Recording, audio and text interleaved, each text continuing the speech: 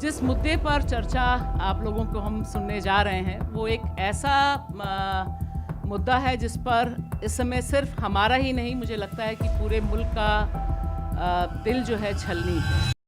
मिल्लत के प्लेटफॉर्म पर या किसी और के प्लेटफॉर्म पर एक ही बात मैं बार बार कहते आया हूँ कि जब तक कि भारत सेक्युलर रहेगा तब तक भारत रहेगा, और जिस दिन हमने सेक्युलरिज्म को छोड़ा उस दिन भारत नहीं रहेगी। तो ये नामुमकिन है कि कहीं दंगा हो और वहाँ का कप्तान या कलेक्टर उसको काबू में ना पा सके। मैंने अपने करियर में 4 ऐसे दंगे देखे और वो चारों दंगों में हमने काबू पाया है 8 घंटे में, 4 घंटे में, 6 घंटे में। 2-2 इंक्वायरियाँ हुई हैं, लेकिन इंक्वायरी से कभी खौफ नहीं हो। Even if the parliament passes a law which is per se unconstitutional, it is the courts which have to test it and say that no, you are crossing the limits. But unfortunately, for the last 10 years, we are seeing a very, very weak judiciary. कि कांग्रेस जिसने मुझे एक तरफ कर दिया है, और इसलिए मैं बाहर से बोल रहा हूँ प्रतापगढ़ी जी से और सलमान जी से कि खुदा के वास्ते आप हमारे अक़लियतों के लिए अपनी आवाज़ उठाइए, उठाइए, उठाइए। हमारी जिगर का टुकड़ा है जम्मू कश्मीर, और जम्मू कश्मीर के किसी शख्स को, किसी भी शख्स को, किसी भी ख़ानदान का हो, अगर खड़े होकर उसके लिए हमें कुछ भी करना है तो हम करने के लिए तैयार हैं। कि वो कांग्रेस नहीं है जो कि हुआ करता था और जो कि कहता था कि जब तक कि अक़लियत हमारे देश के खुश न हो तब तक भारत खतरे में है। तो मेरा सबसे पहले सवाल ये है कि जिस तरह आज की व्यवस्था जो चरमराई हुई है, पूरी व्यवस्था, जो प्रशासनिक व्यवस्था हो जाए या पुलिस व्यवस्था हो जाए या न्याय व्यवस्था हो जाए, ये सारे के सारे एक धार्मिक हो गए हैं। मेरा क्वेश्चन ये है कि जिस वक्त संविधान लिखा जा रहा था उस वक्त माइनॉरिटीज़ यानी मुस्लिम माइनॉरिटीज़ को क्यों अवॉइड करा गया? जिस तरीके से आरक्षण एससी को मिला, जब ये दिखाई दे रहा था कि इतना बड़ा विभाजन हमने धर्म के बेस पे किया है, तो आगे चल के माइनॉरिटीज़ का मुस्तकबिल हिंदुस्तान में क्या रहेगा? To start our panel discussion, I would like to invite on stage our dignitaries. I would like to first invite Shri Mani Shankar Iyer ji, former Union Minister and senior Congress leader on the stage. Can I have a round of applause for Shri Mani Shankar Iyer ji? We would like to invite Mr. Mohammad Asif Shahid to kindly present the memento to Shri Mani Shankar Iyer ji. Can I have a round of applause, please?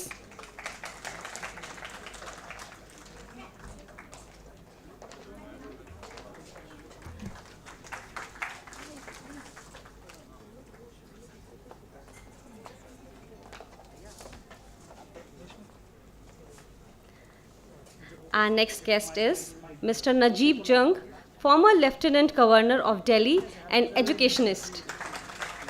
I would like to invite on stage to present the memento. I would like to invite on stage Mr. Rehan Razi, senior video editor, Millet Times.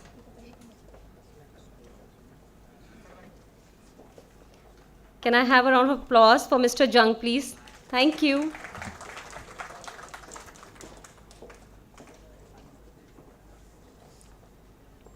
Our next guest is Mr. Salman Khurshid, former Union Minister for External Affairs and senior advocate.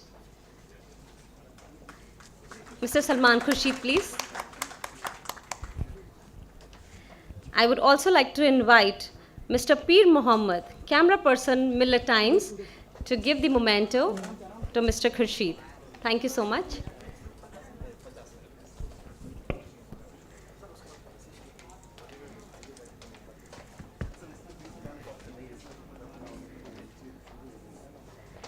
A huge round of applause for Mr. Salman Khurshid, please.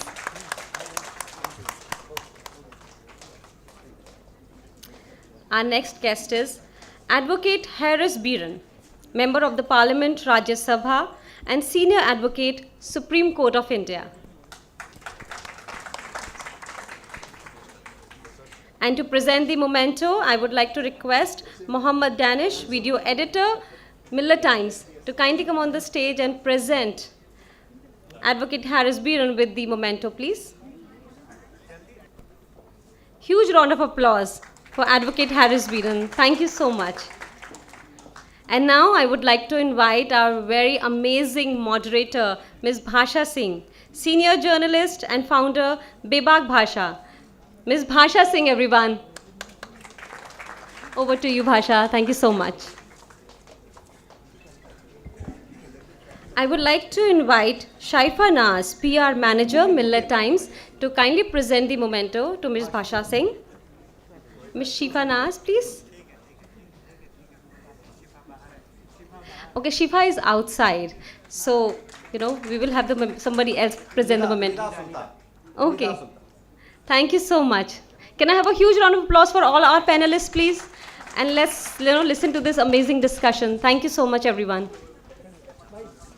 तो हम अपना panel discussion शुरू करते हैं और मुझे लगता है कि मिलेट टाइम्स ने जो अपनी जर्नी की है उस जर्नी के पूरे रिफ्लेक्शंस जो अलग अलग सेशंस हुए हैं उसमें हुआ है। आप सबका मिलेट टाइम्स के इस प्लेटफॉर्म पर स्वागत है। और जिस मुद्दे पर चर्चा आप लोगों को हम सुनने जा रहे हैं वो एक ऐसा मुद्दा है जिस पर इस समय सिर्फ हमारा ही नहीं, मुझे लगता है कि पूरे मुल्क का दिल जो है छलनी है। ज़ख्म बहुत ताज़ा, बहुत गहरे हैं और ऐसे ज़ख्म हैं जिससे निकल पाना, जिस पर सोच पाना, रोज़ ही रोज़ जो सिलसिला है, हमलों का सिलसिला है, वो सिर्फ माइनॉरिटी पर हमले का सिलसिला मुझे नहीं दिखाई देता। मेरे लिए वो जो हमले हैं वो देश के आइन, देश के कॉन्स्टिट्यूशन पर हैं, देश का जो जमहूरियत का ढांचा है उस पर हैं। और मुझे लगता है कि इस पैनल की खासियत ये है कि इसमें हमारे पास एडमिनिस्ट्रेशन का जो हुनर है, जिस तरह से दिल्ली के संभालने का काम नजीब जी ने किया वह भी हमारे सामने है। वकालत के साथ साथ देश की संसद में पहुंचना और देश की संसद में बहुत अहम सवाल उठाना, मंत्रालय संभालना बहुत अहम। सलमान खुर्शीद जी हमारे साथ हैं जिन्होंने विदेश मंत्रालय संभाला और साथ ही साथ एक पैर अभी आपको हम जब देखते हैं सुप्रीम कोर्ट में तब भी राहत मिलती है कि अभी इंसाफ की गुंजाइश बाकी है। हमारे साथ मणिशंकर जी हैं, आउटलुक में थी जब आप उस समय बहुत ही अहम विभाग संभाल रहे थे, आपके पास पंचायती राज था, बड़ा क्रांतिकारी कदम उस समय आपने उठाया था, उस समय की जो सरकार थी उसने। और मुझे लगता है कि ये जो पूरा का पूरा हमारे सामने पैनल है इसमें वकील के लिहाज से हमारे पास हैरिस जी हैं जो एक ऐसे स्टेट से आते हैं जिस पर चर्चा बहुत तगड़ी इस समय भी चल रही है।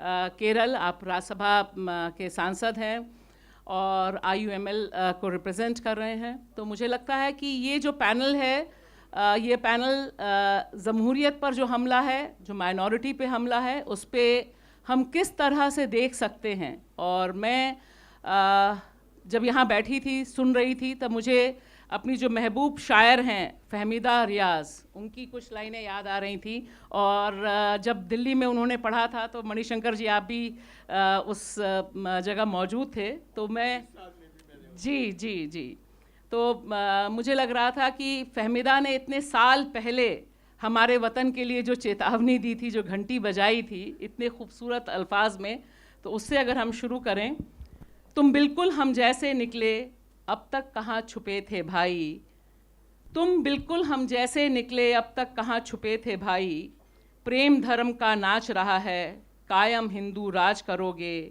सारे उल्टे काज करोगे, सारे उल्टे काज करोगे, अपना चमन तराश करोगे।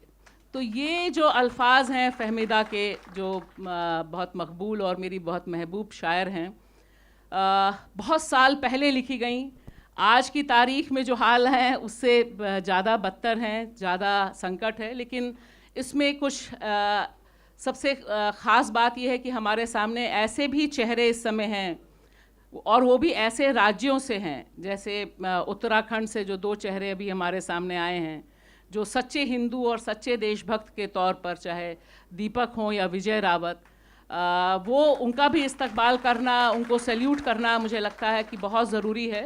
क्योंकि दरअसल वही हमारा वतन है, वही हमारे वतन को रिप्रेजेंट करने वाली असली भावना है।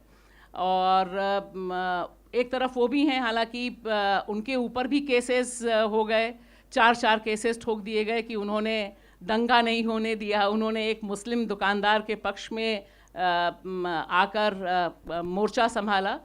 तो लेकिन ये तस्वीरें मुझे लगता है कि इस वतन में काफ़ी फैली हैं, काफ़ी हमारे चारों तरफ हैं। मैं सबसे पहले चाहूँगी कि हमारे बीच सलमान जी हैं, सलमान खुर्शीद जी हैं, और अगर जो माइनॉरिटी पर हमला है, मुसलमानों पर हमला है, माइनॉरिटी पे हमला है, जमहूरियत पर हमला है, इसमें जो एक सबसे बड़ा सवाल उठता है, क्योंकि हम सब लोग जो यहाँ पर मौजूद हैं, हम सब लोगों ने बहुत अलग अलग दौर देखे हैं जहाँ पर हमले नए नहीं हैं, लेकिन हमलों को जो इम्प्यूनिटी है, जो सरपरस्ती है, जो राजनीतिक सरपरस्ती है, वो मुझे लगता है इससे पहले कभी इतनी नहीं थी। जहाँ पूरा एडमिनिस्ट्रेशन, कानून का स्ट्रक्चर, कानून का ढांचा, यहाँ पर स्ट्रे डॉग्स पर हमारा सबसे बड़ा सुप्रीम कोर्ट तुरंत जाग जाता है, लेकिन SIR पे लोग मरते रहते हैं, नहीं जागता है।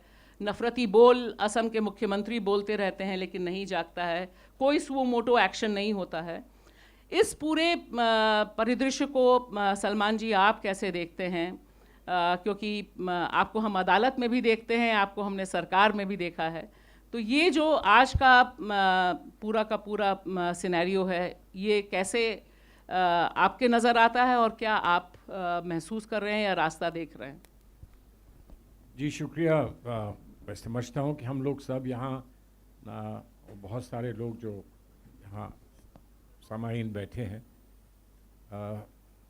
अक्सरियत उसमें अगर सभी लोग का शुमार ना हो तो अक्सरियत कम से कम उसमें इस बात में यकीन करती है कि ये आज जो भी देखने को मिल रहा है ये आर्जी है, ये हमारे मुस्तक़बिल में हमको फिर से नहीं दिखेगा, बदलेगा, यकीनन बदलेगा। इसलिए कि जो हमारा ख़मीर है, जो हमारी बुनियाद है, हमारे मुल्क की है, हमारी सोसाइटी की है, हमारे समाज की है, माशरे की है, वो बहुत मज़बूत है, बहुत गहरी है।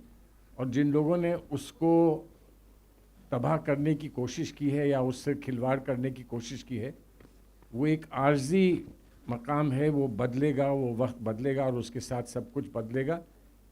एक ख़ास बात मैं ये कहना चाहूँगा कि जब ये तवक्को करते हैं कुछ लोग कि हम खुसूसन एक नया समाज बनाना चाह रहे हैं इस मुल्क में, जो हमारे आइन से कुछ हट कर है, जो हमारे तासुरात का ताल्लुक़ हमारे आइन से है, और जो हमारे बुज़ुर्गों ने आइन में उसको, उस तस्वीर को देखा और उसको पेश किया पूरे मुल्क को, पूरे आवाम को, उससे बहुत अलग हट कर लोग तसव्वुर कर रहे हैं कि हिंदुस्तान कैसा हम बनाएंगे या हम बनाना चाहते हैं। हम जब मैं कहता हूं तो मैं सबको नहीं उसमें इंक्लूड करता हूं कि वो कुछ ही लोगों की राय है, सबकी राय नहीं है। लेकिन इस सिलसिले में मैं ये मानता हूं कि हम लोग अपनी बात कह नहीं पाए। जो लोग इससे इख्तिलाफ रखते हैं, जो इससे मुखालफत करते हैं इस बात की, वो अपनी बात, अपनी राय, अपने तसव्वुर, अपनी सोच को सही अल्फाज में रख नहीं पाए। हमारे मुल्क की जो एक नेशनल कॉन्वर्सेशन होनी चाहिए, एक गुफ्तगू जिससे हमारा मुल्क इमर्ज किया था, हमारा कॉन्स्टिट्यूशन बन के निकला था, हम उस कॉन्वर्सेशन को भूल गए हैं कहीं। और वो कॉन्वर्सेशन फिर से हमें करनी है कि हिंदुस्तान में हिंदू, मुसलमान, सिख और ईसाई एक ही ख़ानदान के हैं, एक ही हमारा मुस्तक़बिल है, एक ही हमारी रूट्स हैं। इस बात को समझाने में हम कहीं कमज़ोर हुए हैं, और उसकी ज़ाहिर है उसकी ज़िम्मेदारी हम सब लोगों पर आती है, जिन्होंने हुकूमतें चलाई हैं, हुकूमत में हैं, जिन्होंने हिस्सा लिया है, उन पर ये ज़िम्मेदारी आती है। और उम्मीद करता हूँ कि आने वाली हमारी नस्लें जो हैं, आने वाली जो कमी हमारी नस्ल ने, हमारी जनरेशन में रह गई, उसको दूर करेंगे ज़रूर, यकीनन। बहुत बहुत शुक्रिया। फर्स्ट राउंड हम लेते हैं जी। नज़ीब जी, आपके पास दोनों तरह का अनुभव है। मैं जब यहाँ पर देखती हूँ जब हमले होते हैं, अब हमले क्या कहा जाए, एक तरह से लिंचिंग होती है और वो भी कैमरे पर। जो अपराधी है वो खुद ही रिकॉर्ड करता है अपने अपराध को और वायरल करता है। तब मुझे याद आता है कि जब मलियाना हुआ था उत्तर प्रदेश में, तब तो बहुत ही छोटी थी मैं उस समय, लेकिन जो कर्फ्यू करके किताब निकली और उसमें लिखा गया कि अगर सरकार ना चाहे, सरकार की मशीनरी ना चाहे, तो इस तरह के कम्युनल कॉन्फ्लिक्ट नहीं हो सकते, उसे कुछ ही घंटों में रोका जा सकता है। आज की तारीख जो हमें दिखाई दे रही है, चाहे 17 साल का कश्मीर का नौजवान हो जो शॉल बेचने वाला हो, या फिर तमाम जो चर्च हैं जहाँ पर हमले क्या क्या कहकर कैसे कैसे वीडियोस बनाकर हो रहे हैं और करोड़ों में उन वीडियोस को भी देखा जा रहा है। इसमें जो प्रशासन है वो पूरी तरह से एक तरफ खड़ा दिखाई देता है। और अब तो दिखाई दे रहा है कि जिसके ऊपर अत्याचार हुआ है, जिसको मारा गया, जिसको पीटा गया है, उसी के खिलाफ केसेस हैं। ये एक नई नज़ीर दिखाई दे रही है, नया एक सिलसिला दिखाई दे रहा है। कैसे आप देख रहे हैं? भाषा, थैंक यू। मैं इससे पहले कि आपके सवाल का जवाब दूं, मैं आप लोगों से कुछ बात कहना चाहता था अलग से। देखिए, एक बहुत बड़ा सवाल हिंदुस्तान में है और मुसलमानों से ये क्वेश्चन किया जाता है कि सिटीज़नशिप एक चीज़ है और नेशनैलिटी एक चीज़। मतलब कि हमसे हमारी नेशनैलिटी का सबूत देने का सवाल रोज़ किया जाता है, और मेरा सवाल उन लोगों से है कि किसी को मेरी नेशनैलिटी पे सवाल करने का अधिकार नहीं। 1947 में जब हिंदुस्तान आज़ाद हुआ था तो हमने जिन्ना की तरफ नहीं देखा था, हमने गांधी की तरफ देखा था। और हिंदुस्तान जब आज़ाद हुआ और हमारा आइन बना तो हम अपने आइन की तरफ देखते हैं, हम अपने कानूनों की तरफ देखते हैं। हम उस खौफ से नहीं डरते कि ये जो नदी बह रही है कि आपको डरा ले। दूसरी बात, आपने जो आज के एडमिनिस्ट्रेशन की बात की है, तो आज के एडमिनिस्ट्रेशन की जो हालत है वो शर्मनाक है। मैं ख़ुद 3-4 ज़िलों में कलेक्टर रहा हूँ, फिर कमिश्नर भी रहा हूँ। सरकार के बिल्कुल साफ़ ऑर्डर्स हैं जब कोई दंगा होता है कि इसमें बातचीत बाद में होगी, अगर बातचीत न संभले तो पहले गोली चलेगी, तभी लॉ एंड ऑर्डर कायम रहेगा।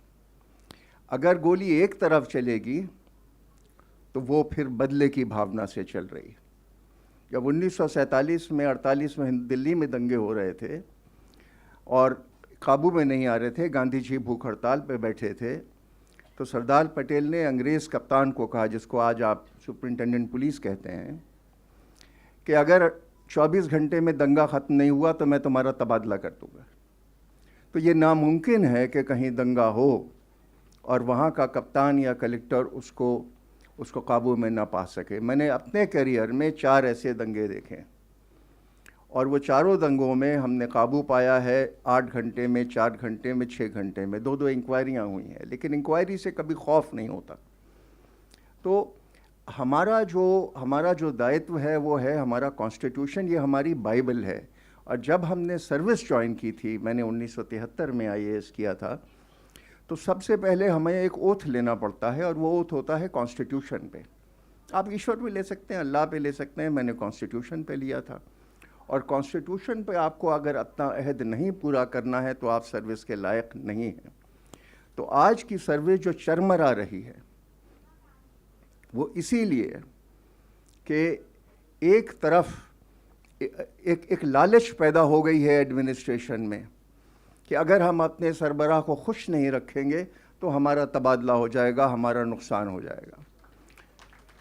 और जब तक इस खौफ से हम अपने एडमिनिस्ट्रेशन को अलग नहीं करेंगे, तब तक ये एडमिनिस्ट्रेशन साफ़ नहीं हो सकता।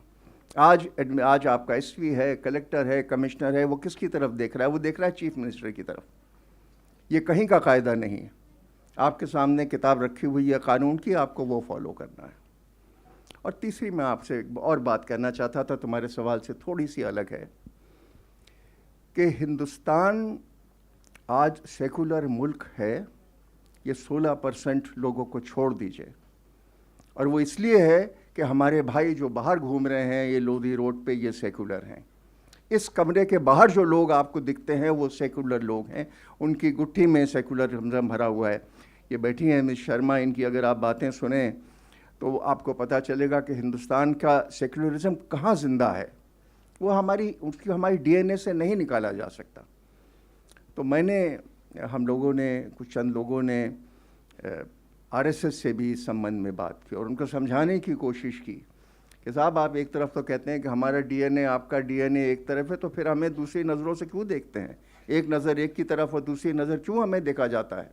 उसका जवाब मुझे आज तक नहीं मिला है। इसलिए मैं साफ तौर पे कह सकता हूँ कि 4 साल से यह हमारी मेहनत चल रही है, लेकिन कोई कामयाबी हमें नहीं मिली, क्योंकि जो सूरत हाल हम देख रहे हैं, जो आसाम का हम हाल देखते हैं, जो उत्तराखंड का हाल देखते हैं, और फिर हम देखते हैं कि हमारे सरमायादारों की चुप्पी, कोई बोलने वाला नहीं, हमारा कोई सरपरस्त नहीं है।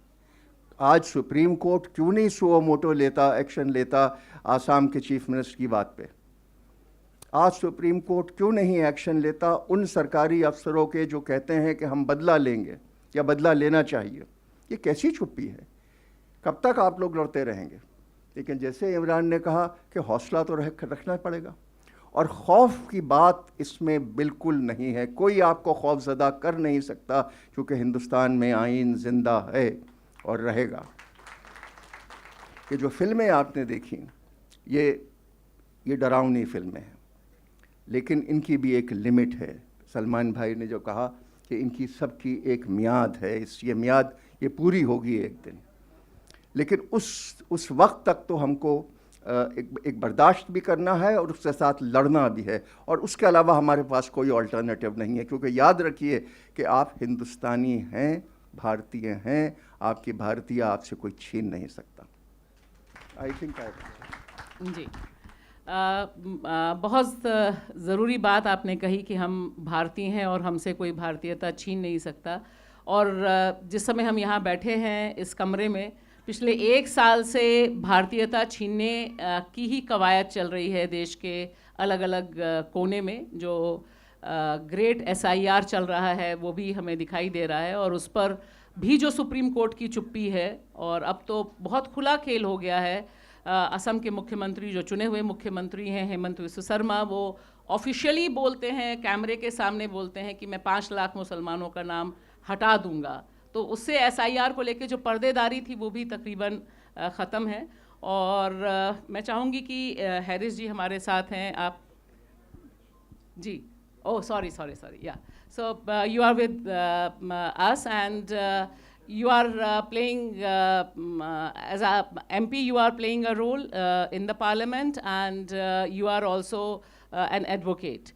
So how you look the current scenario when there is a very deep calculated silence of the Supreme Court, of the High Courts also, when it comes to the attack on the minority, when it comes to the attack on the Constitution. I'm not saying just minority, because basically it's an attack on the Constitution that we have to fight for each and every cases. Right now we have a MP from Kashmir also, and he has been speaking very bravely. So I was just looking the videos of the 17-year-old Kashmiri shawl person. But you see the silence is across. There is one section which is raising. But why the silence from the political discourse also, from the political parties also? They are still little afraid when it comes to Kashmir, when it comes to Assam, when it comes to Mia Musalman. They are not fighting the aggressive battle in the ground, and there is a complete silence in the courtrooms. Why it is so? Thank you, Basha ji. I completely agree, and I am disappointed with 2 organs, we'll say. One organ is definitely the judiciary, and the second is what we say the 4th pillar, the press, the media. See, the executive has a liberty to whatever they want to do. The parliament can pass any laws if they have the majority. It's only the numbers that govern our democracy. So they bring the Waqf law, they bring the G Ramji Act, everything. But then if you have the numbers, it will be passed in the parliament. But the custodian of the constitution is really the judiciary. Even if the parliament passes a law which is per se unconstitutional, it is the courts which have to test it and say that no, you are crossing the limits. But unfortunately, for the last 10 years, we are seeing a very, very weak judiciary. Now, this weakness of the judiciary we have seen whenever there is a government with brute majority in the center. I'm talking right now we don't have a brute majority. but this is a continuation of that government which had a brute majority. Yeah, it's brutal. It's brutal. It's more brutal now. So therefore, the judiciary, once it stands up to whatever authority or whatever power or whatever duty it has to follow under the constitution, most of this, majority of these problems will be solved. Now, it acts as a safeguard, as a guardian for those persons who doesn't have the power, for those citizens who are left in dire straits by the executive, for those citizens who are left in lurch by the laws passed by the parliament, which are per se unconstitutional. But problem here is that we are having a very weak judiciary and a very weak Supreme Court. I think Salman Saab will agree to some extent because he is a regular practitioner over there. So am I for the last almost 25 years. We have seen how the courts are being transformed, how the appointments of judges are being made. You scratch your back, I scratch my back. It's the policy which is being followed now. That is government, whichever judges, whichever person the government wants as a judge will be appointed as a judge. Not that whichever person the Supreme Court collegium wants to be a judge is not becoming a judge now. So therefore, judiciary is getting weakened day after day. Now, coming to the press. Now, that is the other institution which would have been standing for a common citizen to bring whatever is the plight of the common citizen to the forefront, which is not happening over here. Now, I was a part of a case of a media freedom. There was a channel in Malayalam called Media One, which was not given renewal by the government for some reason. When it went to the court, to the High Court, they said there is a secret document, there is a secret information against them. It's a security issue, therefore we can't divulge what that security issue. High Courts agreed with that. We came to Supreme Court. Supreme Court, we won the case, but then the beauty of the judgment was that they actually wrote what was there in that secret document. The first sentence in that secret document was that this channel is apparently trying to pursue Muslim issues. So that itself is the reason for not renewing the license of a media channel.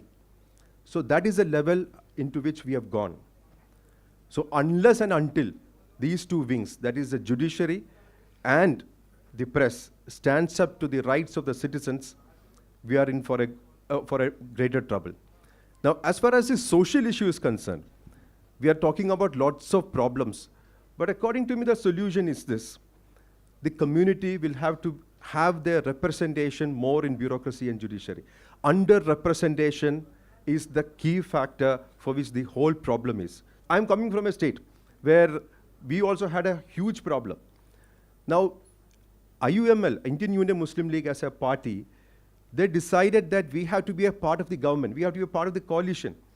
Only if you are in power, only if you are in government, you will be able to give those rights to your community, to the underprivileged, to the backward classes, everyone.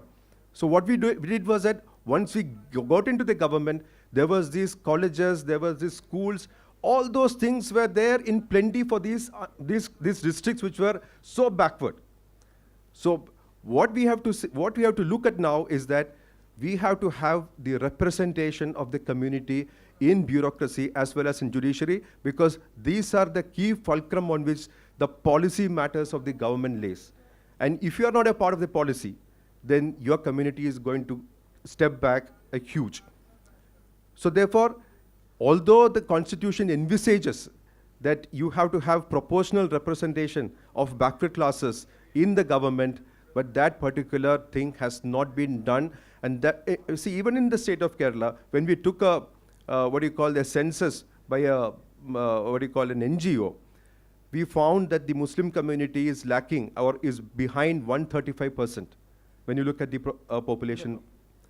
So if Kerala has that kind of a figure, I wonder what will be the figure in the north of India. So unless you have representation in judiciary, unless we have representation in bureaucracy, this problem is going to persist. So my solution, because there is no point in talking about problems and problems and problems. The solution is representation in bureaucracy and judiciary. Yeah, thank you. So I think you made a very important point, and that's why from the representation, the great right-wingers are so afraid of. And the CM of those states are afraid of. That's why they are calling openly to go for the economic boycott of the Muslims. It's not something or some fringe element who is making a statement. It is a statement made by the CMs of the state where they are all, and immediately it start executing also. Because I was feeling very ashamed when I saw the video of a young Assami woman, girl, who was making her video that she is paying less money to the Muslim rickshawala and quoting that because my CM has said so, I am paying you less. So this scene is moving across of the representation and economic boycott at the same time the tussle is going to be. Manishankar ji, आपने दौर देखा है किस तरह से सरकार में रहते हुए चीज़ें बदलती हैं, किस तरह से सरकार कानून लाती है और उन कानूनों का बड़ा क्रांतिकारी असर पड़ता है.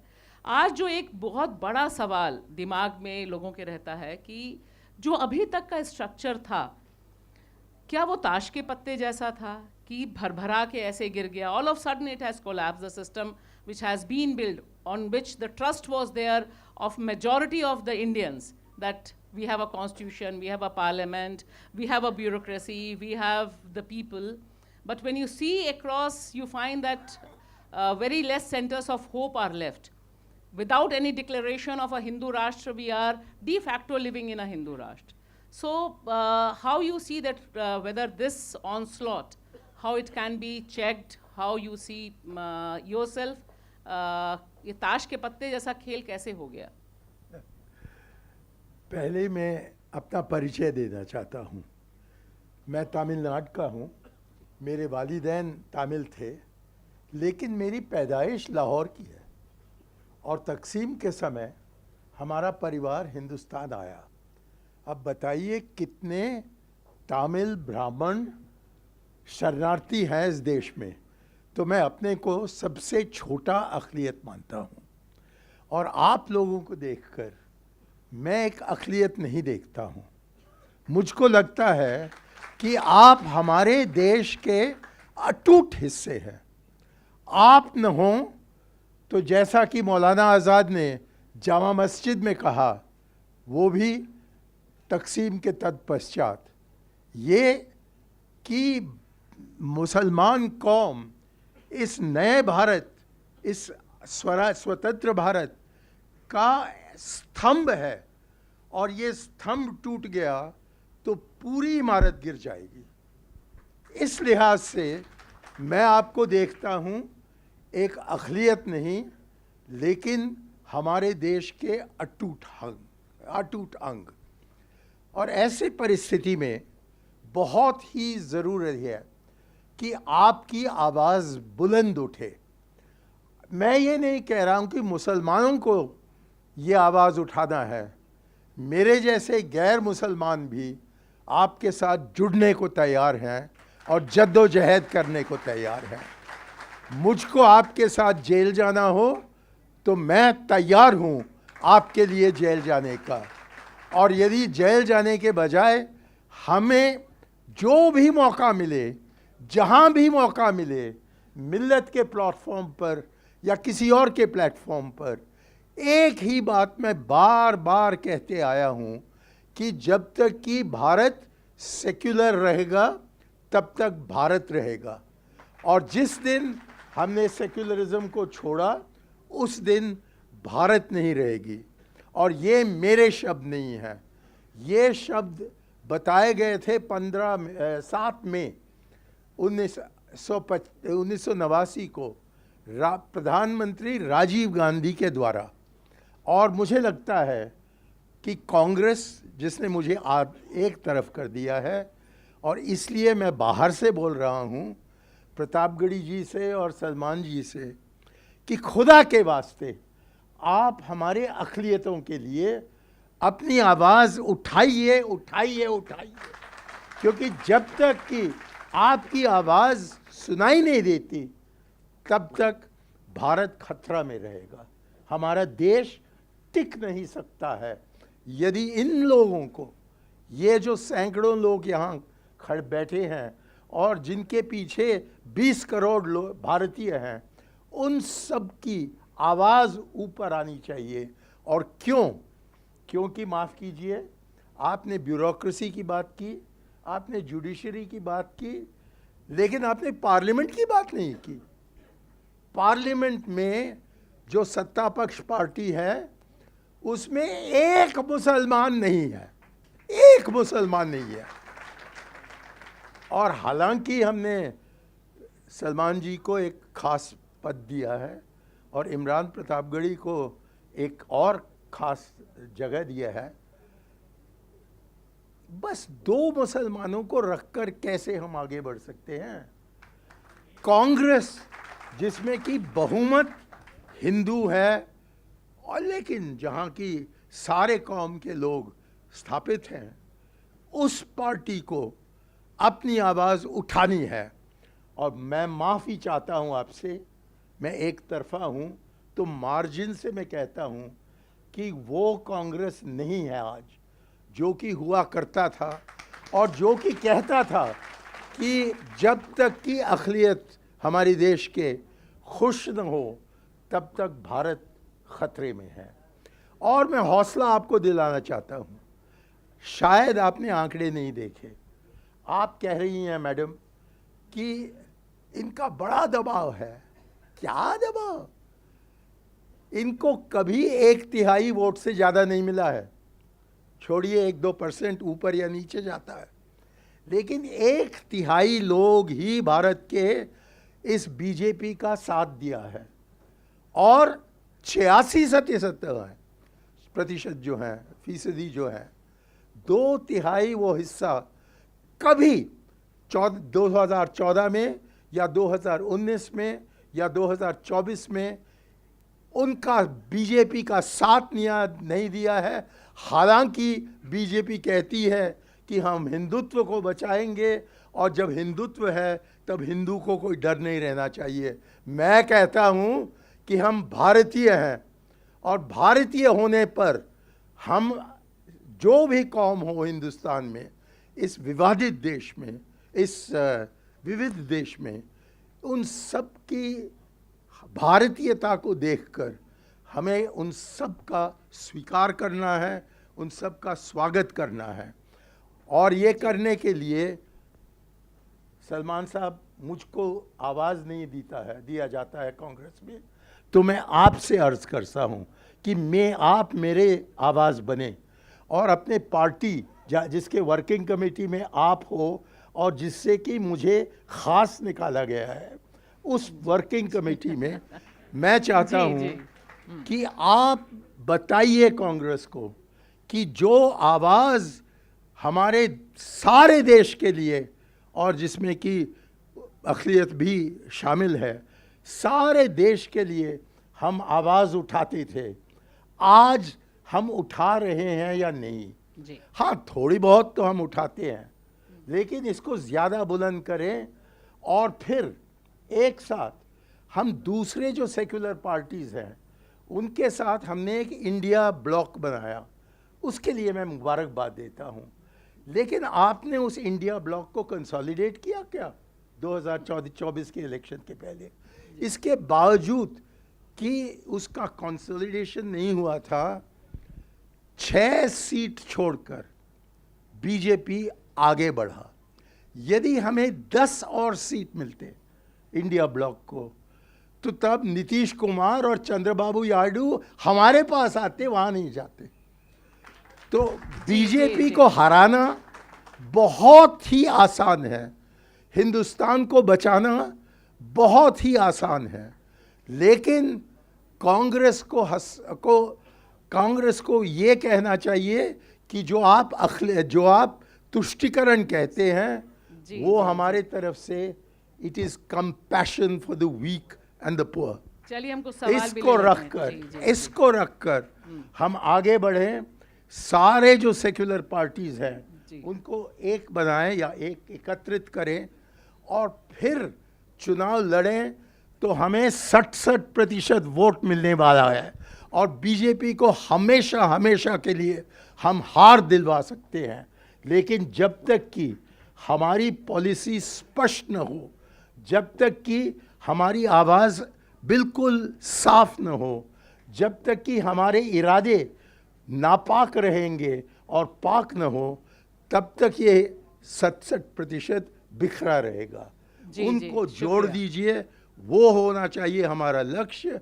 और आप देखेंगे कि ये हिंदुत्व वाले जो सबसे छोटी माइनॉरिटी में हैं, वो एक मेजॉरिटी नहीं है, वो बस अपनी दम लगाते हैं, अपनी मनमानी करते जी, हैं मणिशंकर जी, और जी। उनको हरा देंगे। माफ कीजिए, एक मिनट, उनको हराना संभव है, लेकिन आप लोगों को भी इसी इंडिया अलायंस को, कांग्रेस को छोड़िए, इसी अलायंस का साथ देना है और उन लोगों की बात नहीं सुनना चाहिए जो कि चाहते हैं कि अलग तरीके से अक़लियतों का देखभाल हो।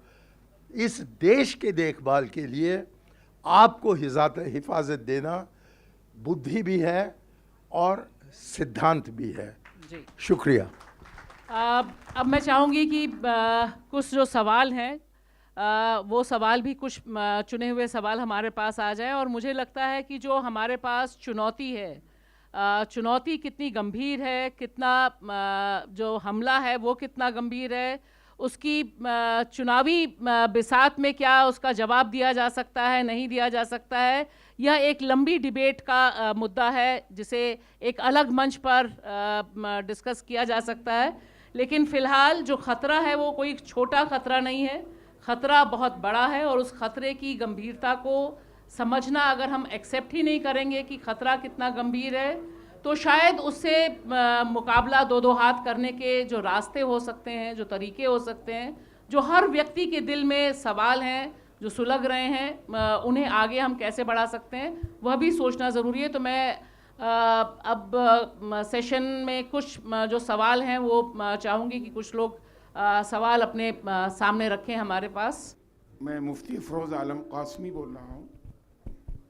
अभी इमरान प्रतापगढ़ी साहब की ज़ुबानी जो गुफ्तगू सामने आई है और आप सब हजरात जो मेहमान हजरात मौजूद हैं सामने, इसको सामने रखते हुए हमें एक बात बहुत ज़्यादा हमारे सीनों में वो जागुज़ी है और एक मसला हमेशा हमें एहसास दिला रहा है कि यूपी में SIR का जो सिलसिला है, इससे पहले हमारे इज़्ज़त माब राहुल गांधी जी ने वोट चोरी के मसले को बहुत ही दबंग अंदाज में उठाया और EVM पर के ज़रिए से जो कुछ हो रहा है, गासिबाना हमले वोटों पर, हर सेकुलर वोटर इस बात के लिए बड़ा परेशान है और एक तरह से शकिस्ता खातिर है कि ये कैसे होगा। वोट चोरी एक तरफ है और इधर SIR का मुद्दा, इसके ज़रिए से भी अपोजिशन को, सेकुलर पार्टियों को शिकस्त देने के लिए एक हथियार है ये भी जी। सवाल इस सिलसिले में, और इसकी बहुत सारी शाखें हैं और बहुत सारी चीज़ें। मैं बहुत लंबा सवाल नहीं करना चाहता हूँ। सवाल यही है कि SIR से मुकाबला करने के सिलसिले में हमारी अपोजिशन पार्टियाँ और सेकुलर पार्टियों का रोल क्या है। जी, एक दो सवाल और आ जाएं जी, और अगर आप बता दें कि सवाल किससे है तो भी खैर। जी जी, एक दो सवाल और हो जाएं जी। और प्लीज़, समय बहुत कम है, वक्त की कमी है, आप लोगों से गुजारिश है कि सिर्फ सवाल पूछिए। जी, मेरा नाम अम्मार हुदा है, मैं झारखंड से आया हूँ। वैसे भी अपने जो मिली टाइम से इसको मैं फॉलो करता रहता हूँ, लेकिन मेरे सबसे पहले जो क्वेश्चन है सलमान खुर्शीद साहब से, वजह ये है कि क्योंकि ये पार्लियामेंट में फर्स्ट लार्ज अपोजिशन पार्टी के नुमाइंदे हैं तो मेरा सबसे पहले सवाल ये है कि जिस तरह आज की व्यवस्था जो चरमराई हुई है, पूरी व्यवस्था, जो प्रशासनिक व्यवस्था हो जाए या पुलिस व्यवस्था हो जाए या न्याय व्यवस्था हो जाए, ये सारे के सारे एक धार्मिक हो गए हैं।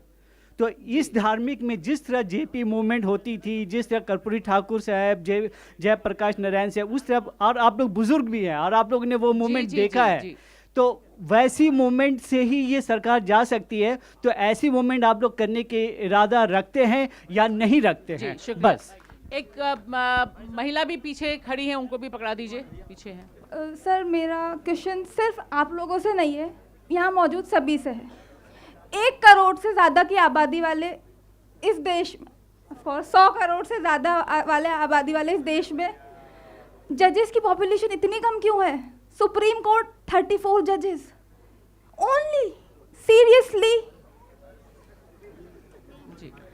थैंक यू जी जी जी जी जी जी। मैं Abdul Samad advocate from Jaipur. Please हाँ, सवाल जी, सवाल। मेरा छोटा सा सवाल है मणिशंकर अय्यर साहब से। क्या कांग्रेस में ये कमी रही है कि वो हमारे हिंदू भाइयों को विश्वास जीतने में असफल रही है, और वापस सत्ता में आने का जो उन्होंने कोशिश उस तरह से नहीं की, और हिंदू भाइयों के लिए को जोड़ने में वो असफल रही? इस बारे में मेरा सवाल है। जी शुक्रिया। आप यहाँ खड़े हैं जी, बताएं। My question is very simple.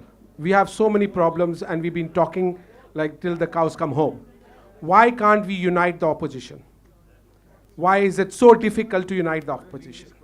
You know, like Mr. Shankar said, there's 1/3 of the population. Now, the 2/3 of the population, why can't we unite them? Okay, this is my question. Thank you very much. Just आपको, और उसके बाद वहाँ पे आप खड़े हो जाइए जी जी।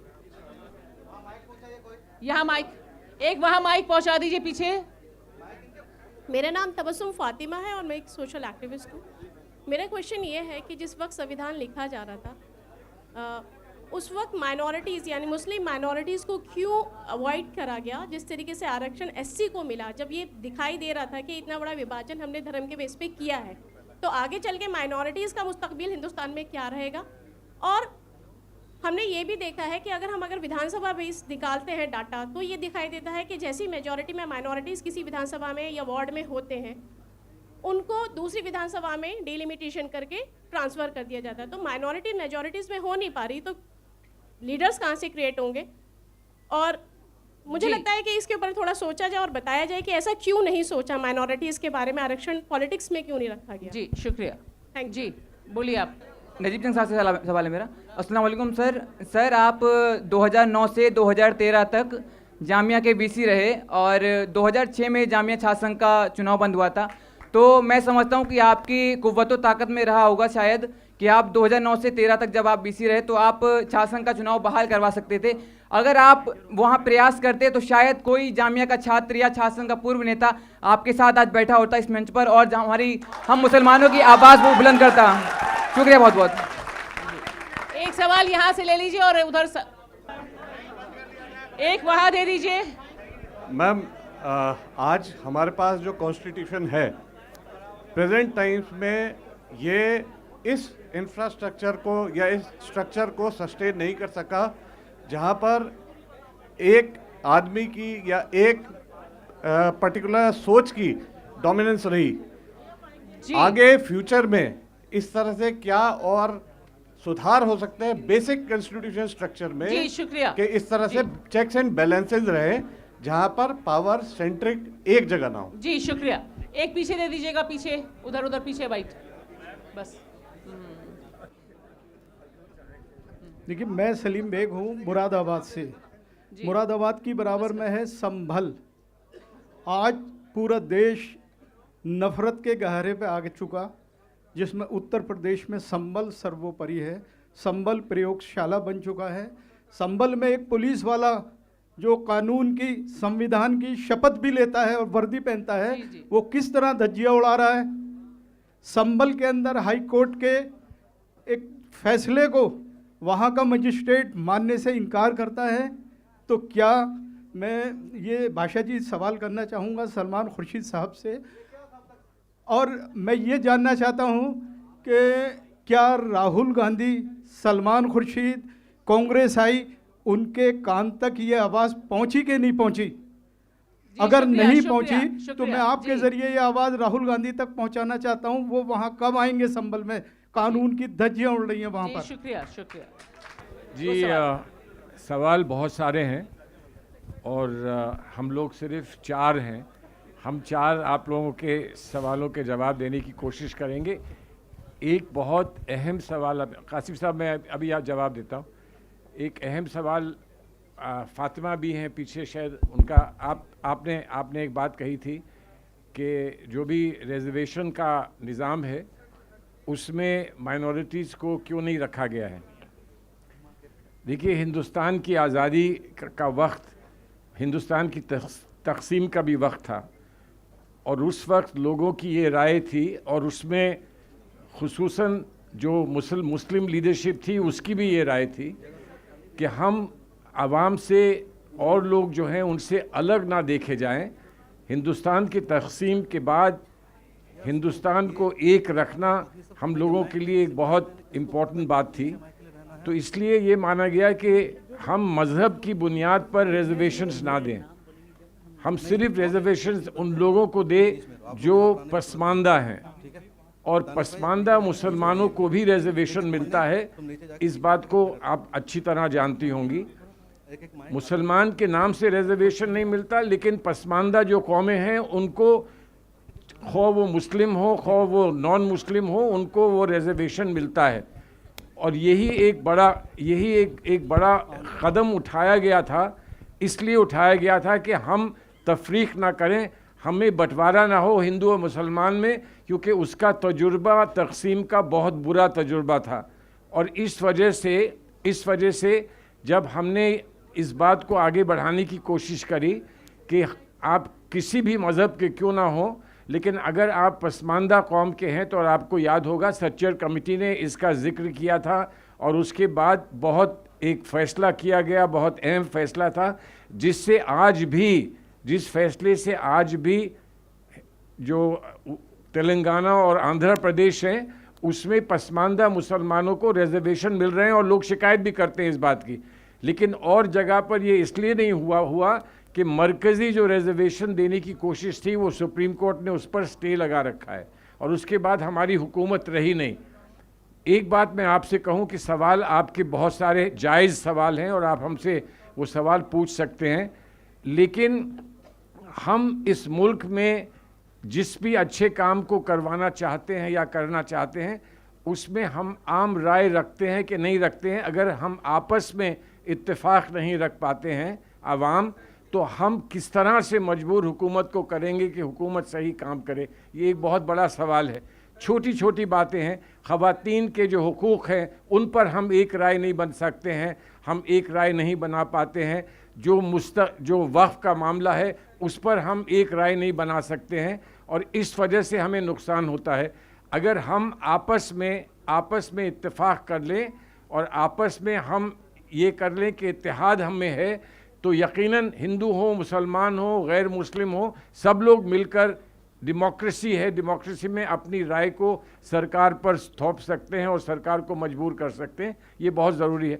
कासमी साहब, आपने जो सवाल पूछा और पीछे संबल वगैरह के जो सवाल आए हैं, बहुत सारे मसले इस वक्त वो मसले हैं जो अलग अलग पहलू हैं डेमोक्रेसी के। हम आपस में अगर गुफ्तगू ना कर पाएँ, हम आपस में एक दूसरे को ना समझा पाएँ, तो हम किसी और को कैसे समझाएंगे, ये एक बड़ा सवाल है। और इसलिए बहुत ज़रूरी है कि आप एक बहुत अहम रोल अदा करते हैं माशरे में, सोसाइटी में। आप लोग इस डायलॉग की तरह इस गुफ्तगू की ओर हम सबको ले चलें और हम आम राय बना सकें।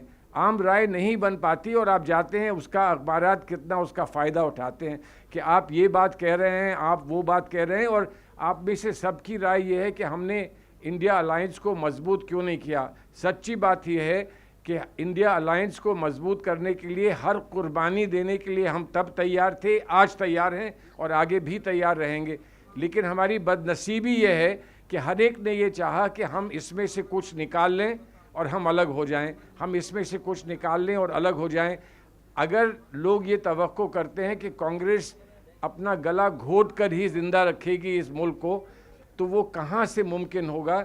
हमको कम से कम सांस तो लेने दीजिए ताकि हम मुल्क की बहबूदी के लिए और मुल्क की हिफाजत के लिए लड़ाई लड़ सकें और आप लोगों के साथ चल सकें।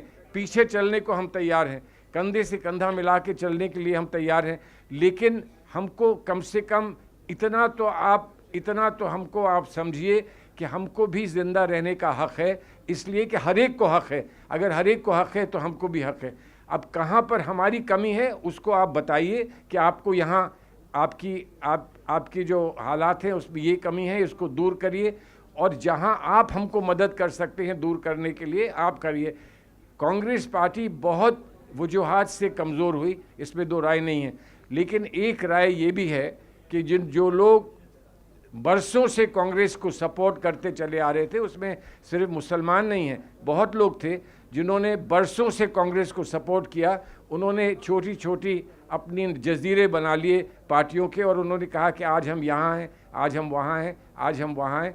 इस पर गौर करने की ज़रूरत है कि हिंदुस्तान को मजबूत और कायम पाबंद रखने के लिए, आइन पर पाबंद रखने के लिए हमें क्या फ़ैसला करना है। दूर अंदेशी से फ़ैसले करें तो यकीनन हम लोगों को कामयाबी मिलेगी। जी नजीब जी, अगर आप जामिया अखिलेश यादव हमारे साथ हैं, और इस स्टेज पर मैंने अखिलेश के लिए इस स्टेज पर खड़े होकर कहा है कि हमें उम्मीद है कि वो वज़ीर आला बनेंगे, उत्तर प्रदेश के वज़ीर आला बनेंगे। तो हम वज़ीर आला बनाएं, छोटी सी जगह हमको भी दे दे कहीं ना कहीं, इतना तो आप कहेंगे ना इंशाल्लाह उसके लिए। जी हाँ, चलिए, मुझे लगता है कि अभी देखिए जामिया का सवाल इनसे मत पूछिए, जम्मू कश्मीर का मैं जवाब देता हूँ। वाइस चांसलर साहब से जामिया का सवाल मत पूछिए, इसलिए कि जामिया के लिए बहुत कुछ इन्होंने किया है, बहुत किया है, लेकिन एक निज़ाम मुल्क में बना था, आप जानते हैं, उस निज़ाम के बारे में अलग से गुफ्तगू हो सकती है। रही बात जम्मू कश्मीर की, हमारे खून हमारी जिगर का टुकड़ा है जम्मू कश्मीर, और जम्मू कश्मीर के किसी शख्स को, किसी भी ख़ानदान का हो, अगर खड़े होकर उसके लिए हमें कुछ भी करना है तो वो हम करने के लिए तैयार हैं। और आपसे सिर्फ इतनी इल्तिजा करूँगा कि जब राहुल गांधी गए थे, जम्मू कश्मीर गए थे अपनी यात्रा में, और वहाँ पहुँचे थे, और उनसे ये कहा गया था कि आपको हम हिफाजत नहीं दे पाएंगे, आपको चलना होगा तो आप ख़तरा मोल लेकर चलिए। और वो ख़तरा मोल लेकर चले थे, फ़ौज वहाँ पर नहीं थी, पुलिस वहाँ पे नहीं थी, और खड़े होकर बर्फ़ गिर रही थी। उन्होंने जो पैगाम दिया था और ये कहा था कि मैं जो सुनता हूँ यहाँ जो हुआ है, मैं सिर्फ़ एक ही दुआ करता हूँ ऊपर वाले से कि कभी वो फिर से मुझे सुनने को ना मिले। जिस तरह से मैंने अपने वालिद को खोया है, उसी तरह से कोई अपने बच्चे को या वालिद को यहाँ ना खोए, यही मेरी दुआ है। ये राहुल गांधी करके आए थे, कह कर आए थे। राहुल गांधी का आप साथ देंगे, लेकिन ये फिर एक पॉलिटिकल जगह बन जाएगी। राहुल गांधी का साथ दीजिए, या उनसे बेहतर कोई बात कहे तो उसका साथ दीजिए, लेकिन जम्मू कश्मीर को हमारे जिगर से जोड़ के रखिए, हिंदुस्तान के साथ जोड़ के रखिए, इसलिए कि अगर जम्मू कश्मीर के कुछ भी हालात बिगड़ते हैं तो वो ये मान के चलिए कि हिंदुस्तान के सर के हालात बिगड़ रहे हैं। जी, बहुत बहुत शुक्रिया। नहीं, अब देखिए समय कम हो, अब समय ख़त्म है, प्रोग्राम आगे भी चलना है, और मुझे हाँ, क्योंकि कई सवाल हैं, और मुझे लगता है कि ये सवाल ज़िंदा रहना ही, हमारे दिमाग में सवाल हैं, दिलों में सुलगते सवाल हैं। यह बहुत ज़रूरी बात है कि सुलगते सवाल हैं। आप अभी प्रोग्राम ख़त्म होगा, उसके बाद आप पूछ लीजिएगा, क्योंकि प्रोग्राम को एक समय सीमा में चलना है, एक टाइम फ्रेम है प्रोग्राम को चलने का। मुझे लगता है जो सुलगते हुए सवाल आपके दिलों में हैं, उनका ज़िंदा रहना, उनका जवाब मिलना बहुत ज़रूरी है, और इसके लिए मिलत टाइम्स को इस तरह के प्रोग्राम लगातार करने होंगे, और इस तरह की गुफ्तगू के मौके और मिलने चाहिए, जहां पर हम मिल बैठकर, कम से कम खुलकर, अब बहुत कम स्पेसेस बचे हैं, लेकिन इस तरह के स्पेसेस जहां पर बैठकर बात हो सके, एक डायलॉग हो सके, जमहूरियत के लिए बहुत ज़रूरी है। और ख़ास तौर से किस तरह से हम देख रहे हैं, अलग अलग ख्याल हो सकते हैं, अलग अलग विचार हैं, पॉलिटिक्स है, लेकिन पॉलिटिक्स ऑफ हेट को नहीं कहना है, हमें बड़ा इनकार करना है, जो नफरत की पॉलिटिक्स देश में चल रही है, उसके खिलाफ मुझे लगता है कि तमाम लोगों का एका होना आज वक्त की ज़रूरत है। हम अपने वतन से प्यार करते हैं, इसके लिए कोई दस्तावेज दिखाने की ज़रूरत नहीं। इसका ऐलान शाहीन बाग की औरतें देश भर में पहले कर चुकी हैं। लेकिन आज की तारीख में देश को बचाने के लिए क्या काम होने हैं, ज़रूरी सवाल उठाने क्या ज़रूरी हैं, और उन पर आपस में एक डायलॉग कैसे हम कर सकते हैं, आगे का राह क्या निकल सकती है, मुझे लगता है कि ये ही हमारे देश का भविष्य तय करेगा। मुस्तकबिल इसी से तय होगा कि कितने हमारे बीच दीपक जैसे लोग हैं, विजय जैसे लोग हैं, या करोड़ों ऐसे लोग हैं जो नफरत से सीधे सीधे टक्कर ले रहे हैं।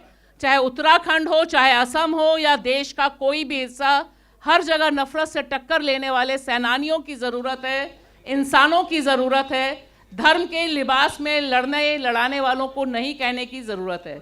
बहुत बहुत शुक्रिया। बहुत शुक्रिया। और तमाम पैनलिस्ट से मेरी गुजारिश है कि बराए करम चंद लम्हे और आप यहाँ बैठें, क्योंकि सर हम ये चाहते हैं खूबसूरत कहकशा जो है आप सब के दस्ते मुबारक से जो अवार्ड का सिलसिला है वो थोड़ी देर और जारी रहे। प्लीज़ आप लोग बराए करम तशरीफ़ रखें। और इसके लिए मैं सबसे पहले यहाँ स्टेज पर बुलाना चाहूँगी जनाब हम्माद रहमान साहब को, फाउंडर हैं निकाह फॉरएवर दिल्ली से हैं आप। बराए करम तशरीफ़ लाएँ। और मेरी गुजारिश है सर चंद लम्हे और बस। शुक्रिया सर। और हम्माद रहमान साहब यहाँ मौजूद हैं, और मेरी गुजारिश है जनाब सलमान खुर्शीद साहब से कि बराए करम ये अवार्ड आप अपने दस्ते मुबारक से दे के जाएँ ताकि ये यादगार लम्हा बन जाए। बहुत बहुत शुक्रिया। हम्माद रहमान साहब स्टेज पर मौजूद हैं। सर प्लीज़ आप तशरीफ़ रखें।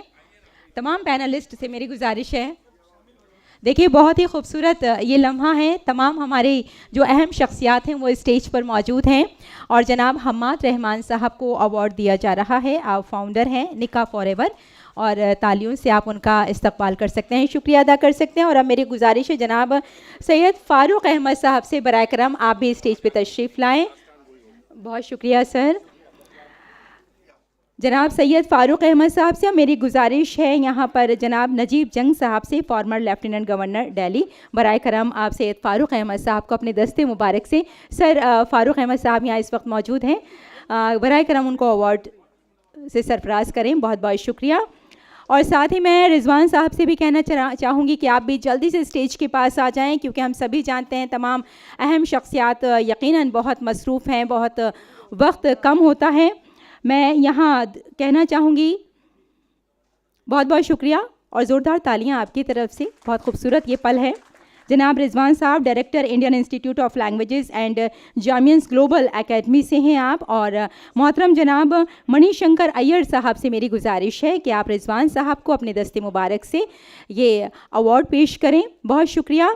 और साथ ही मैं यहाँ पद्मश्री अख्तरुल वासी साहब से भी गुजारिश करूँगी कि बराए करम आप भी स्टेज पर आ जाएँ। और साथ ही मैं नुमान खालिद साहब से भी दरख्वास्त गुजार हूँ कि स्टेज पर आ जाएँ। फाउंडर हैं आप, CEO। ओके। और साथ ही मैं यहाँ कहना चाहूँगी मोहतरम जनाब हारिस साहब से कि वो नुमान खालिद साहब का शुक्रिया अदा करें। बहुत बहुत शुक्रिया। और आप सबसे मेरी गुजारिश, ज़ोरदार तालियों से आप इस्तकबाल कर सकते हैं, शुक्रिया अदा कर सकते हैं। अख्तरुल वासी साहब भी यहाँ मौजूद हैं। और इसके लिए देखिए जनाब बहुत ही खूबसूरत ये लम्हा है। शिफा नाज को मैं बुलाना चाहूँगी, मिल्ला टाइम्स से PR मैनेजर हैं आप। और कहना चाहूँगी कि जनाब पद्मश्री अख्तरुल वासी साहब का इस्तकबाल, उनका शुक्रिया अदा करें। और बहुत ही ये खूबसूरत पल आप इस वक्त देख रहे हैं, बहुत ही प्यारा लम्हा। आप सबकी जो शिरकत है वो इस बात का हमें एहसास करा रही है कि आप भी चाहते हैं कि समाज की तामीर व तरक्की में जो अहम शख्सियात का रोल है वो इस वक्त आपके सामने मौजूद हैं। बहुत शुक्रिया। आप सबसे गुजारिश कि तमाम हजरात जो हमारे इस वक्त यहाँ शख्सियात मौजूद हैं उनके लिए ज़ोरदार तालियां हो जाएं।